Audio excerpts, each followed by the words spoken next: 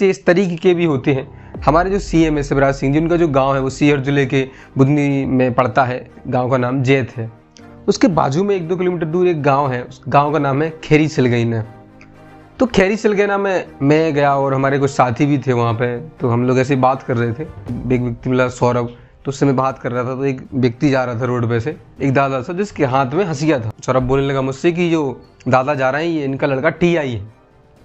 तो 1-2 लोग और थे साथ में, तो ऐसी बात करने लगे इनका लड़का टीआई है। फिर दादा भी आ गया, दादा कहता है कि हमारा लड़का टीआई है, भोपाल में टीआई है। तो हमने कहा दादाजी का ये तो बहुत ही आपके लिए फ़ख्र की बात है। और उनका आपको देखकर तो कोई यह नहीं बोल सकता कि आपका लड़का टीआई है। मतलब जैसे सामान्य गांव की वेशभूषा में रहते हैं सब लोग वहाँ पे, वैसे ही वो थे और हंस के लेके जा रहे थे।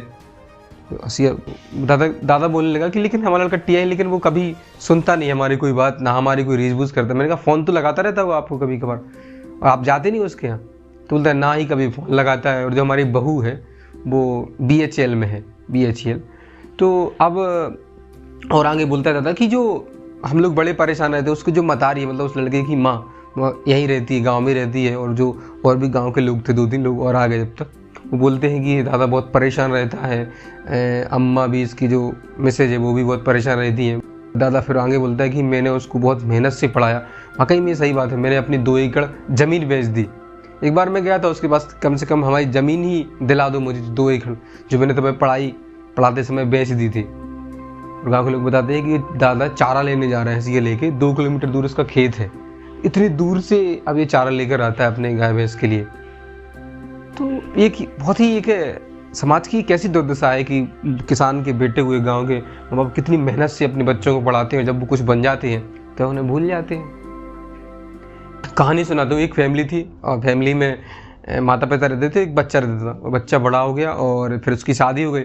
शादी के समय, शादी के पहले तो सब लोग ठीक चलता था। शादी के बाद अब क्या होता है कि जो बहू आती है, ऐसे करके थोड़े दिन बाद कुछ अनबन होती रहती है, सास बहू मतलब उनकी पटती नहीं है। अब क्या था, सास कुछ दिन में ख़त्म हो जाती है, मतलब लड़की की माँ ख़त्म हो जाती है। अब उसका जो पिताजी बचता है बस। जैसे कुछ दिन बाद फिर से वही सब नाटक चालू हो जाते हैं। अब वो बोलती है आपने कहीं करा हो, ये मैं इनके साथ नहीं रह सकती हूँ, बड़ी ये कुछ करते नहीं हैं, खाते रहते हैं ये सब। अब क्या होता है कि जो एक दिन क्या होता है, वो अपने पिताजी को गाड़ी में बिठालता है और एक जगह छोड़ने ले जाता है जंगल के रास्ते।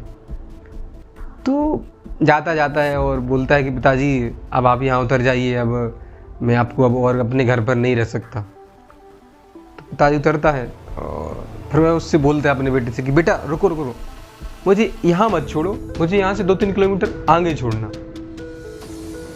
बोलता है ऐसा क्यों? तो बोलता है आज से 40-50 साल पहले मैंने भी अपने पिताजी को यहीं छोड़ा था, कुछ आगे वहाँ पे निशान बना हुआ है। तो मैं भी तुमसे वही कहता हूँ कि मुझे यहाँ मत छोड़ो, आगे जाके छोड़ो।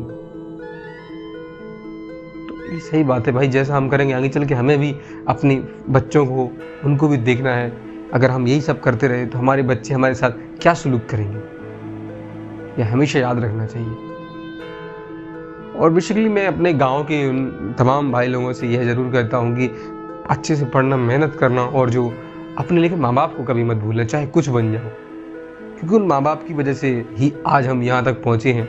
मेरे पापा भी किसान हैं और गांव में ही रहते हैं, तो ये सब सारी चीज़ें रहती हैं और बड़ी ही वो रहती है। जब ये मैं गया तो मुझे बड़ी चुभी है बात। अगर आपको लगता है कि यह वीडियो ज़रूर हमारे समाज को एक बदलने में छोटा सा भी योगदान दे सकता है, तो इस वीडियो को हर गांव के व्यक्ति तक ज़रूर पहुंचाना, और जो गांव के व्यक्ति अपने बच्चों को पढ़ाते हैं उन तक यह वीडियो ज़रूर शेयर करना, और हमारे चैनल को सब्सक्राइब करना है। आपका वीडियो देखने के लिए बहुत बहुत धन्यवाद। नमस्कार।